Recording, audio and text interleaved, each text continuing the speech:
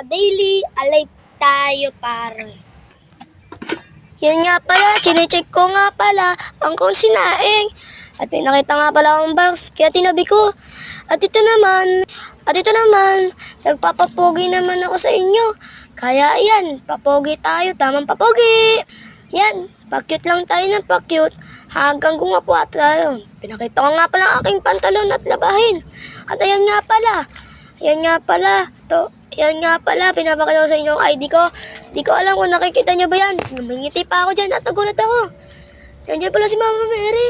At ayan, nagdasal ako bigla. Kasi, tama. Ayan guys, lalabas sana ako kaso ang dilim. Kaya wag na lang. Ayan, pumasok ulit ako sa bahay namin. At ayan guys, tamang papogi ulit ako. Tapos nagbababay pa ako kahit di ko papapatayin. Kinikis ko pa ang hangin. Ayan, tamang papangit lang tayo. Kaganina papogi. Ngayon,